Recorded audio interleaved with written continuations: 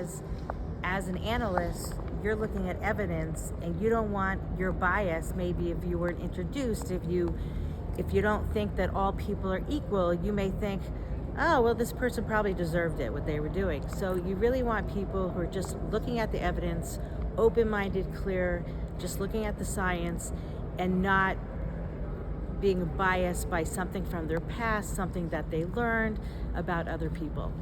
So amongst colleagues that you work with, how is that being portrayed? Amongst colleagues that I work with? So you have your personal opinion, but everybody also has their opinions as well. And working with biased people in the field, how's this changing? Well, hopefully by having more type of workshops and ethical workshops like Justice for All, and bring it to the forefront so people maybe who've never been talked to about that are having to listen to it. In the field? In the field, right. And they have to take, and you have to sometimes take a certain amount of ethical training. And when it's forced on people, it opens their minds. People who've never thought about certain things. That's the nice thing about going to college. You're introduced to things and professors that maybe have a message that they haven't heard before. So I think by the more exposure that you have to other people and cultures, it'll help you to be more open-minded. And again, our thing is just to let the science speak to us. What about cultures that don't have the opportunity to go to universities or schools, particularly because of justice not being served in their areas? Well, I hope that if they go to somebody in their community, whether it's a church or something, there are a lot of schools that give out scholarships to people who don't have means. If they seem motivated, they want to do that. I believe where there's a will, there's a way. And so just by maybe sometimes they've had some forensic courses like in the community, or they get out to people, but I really think if somebody saw this on TV, they had an interest, and just by calling up a local college, a lot of the colleges, community colleges now, they give out free rides to people who don't have means. If you don't mind me asking, what is your personal take on the certificate programs that the universities are offering right now? I think you should take this one. Thank you so much. I really appreciate that. I'm not as familiar.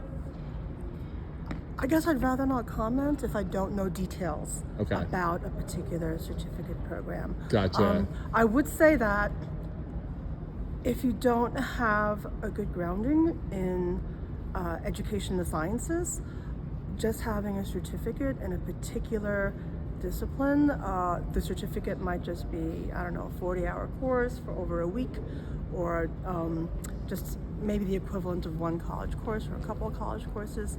But that's not the same as, and I'm not even talking about training, I'm talking about an education to influence your mindset, to be critical, to realize that there's error in any kind of analysis that we're doing. Whenever there's a test that we do, what's the error associated with that?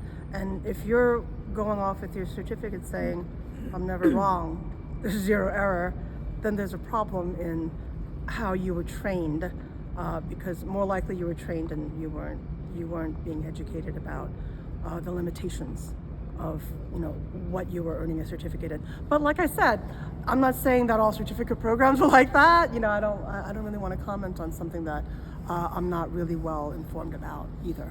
So for instance, speaking about like people that aren't able to get an education, get their high school diploma, for instance, and then they go the route of getting a certificate, but they also have 10, 15 years in the field, and then they go towards that specialty certificate in specific.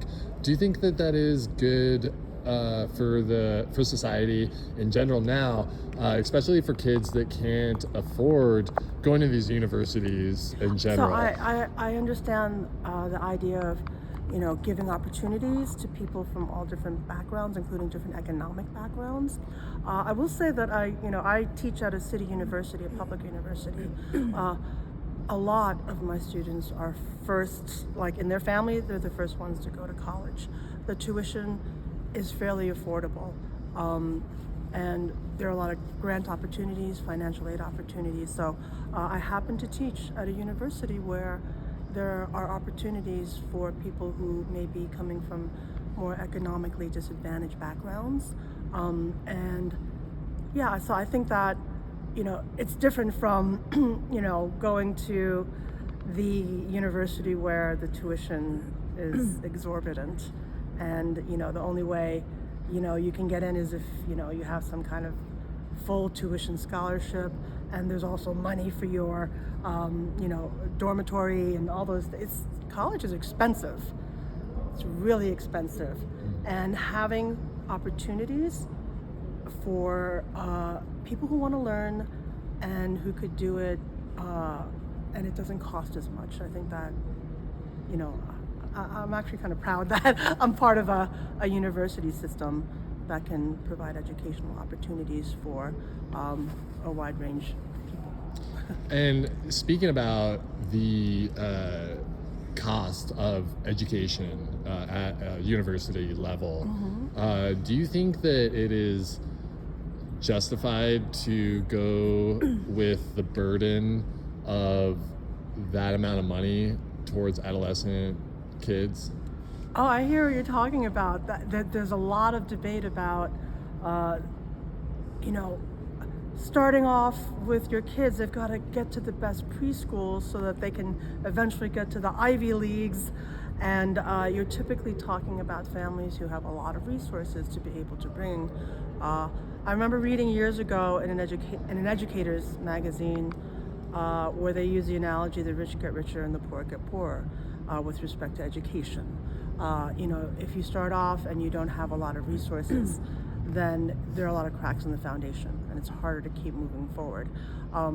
If you have more resources, you can hire the tutors. You can send them to the after-school programs where they can, fortify their education. You could provide them with all these resources so that they're ready to be, getting into those Ivy League level universities. And where does it end up? Well, first of all, there's more disparity economically.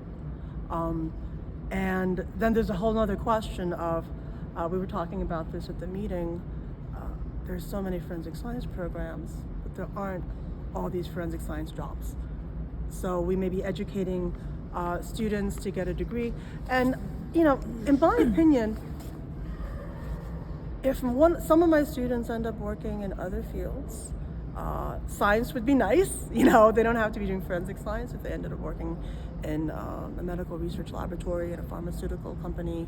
There are a lot of possibilities for where they can work. Some of them go off to graduate school and get doctoral degrees. Some of them move forward and become doctors, medical doctors. I think that's great. But there aren't enough opportunities given the number of students that we have coming into these programs. In the last couple of decades, there's been an explosion of programs. All the TV programs in the 90s, and I want to do that, and a lot of universities opening programs. And like I said, there isn't the kind of demand given the supply and a lot of people, going through. But thank you for this opportunity. Just, one more thing, though, if you don't mind me asking. Promise one last thing.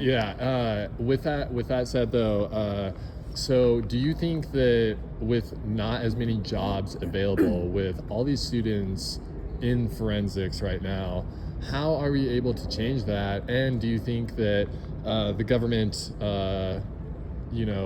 bigotry or whatever is really keeping a lock on these jobs being available to the students that are coming out? Can I just say something on that, if you don't mind? So the problem is, and I just explain it this way: if we work for a clothing manufacturer like Liz Claiborne, and we're really popular, people love it, they expand and they make more money, right?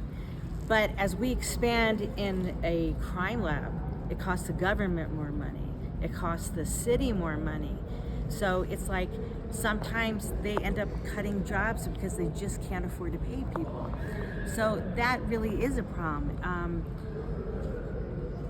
The bigger the lab, the more money it's going to cost, the more instrumentation, even though it's all for good and things that we really need, it's a problem because there's just so much money.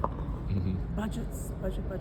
Yes. And with that said, is there anything that the community, the forensics community, is trying to do to help that? I don't think so. Yeah, I think really that, don't think so. You know, essentially, it's a matter of tax dollars that are going in to fund this. I mean, if you do the example of, it's a rural community in the Midwest where the population density is a lot less than New York City, then they're not going to want their tax dollars to go to funding a large forensic laboratory, especially if crime rates are really low. And that won't make as much sense to have your tax dollars go to something like this when it could go towards things like, oh, well, we need more, K through 12 schools. Yeah. We need to build better roads here. Our infrastructure needs help. Our taxes are too high. Yeah. So It's real. there aren't simple answers to these things. But from a different point of view, if we're talking about forensics education, I don't necessarily think that as an educator, my students have to get jobs in forensic science. I'm really happy if they move forward and are successful because they've gotten a good education. And the education they get can apply to many different disciplines. And I think that's a good thing. I think that's, I teach about, how you problem solve. And problem solving is a life thing. It's not just you're in a lab. It's stuff happening, with your family. It's stuff happening at your, the job you have to pay for school. It's problem solving and learning to think and to be open, maybe have empathy. All those kinds of things are helpful. And may I say thank you for the opportunity. Can you tell me the name of your organization?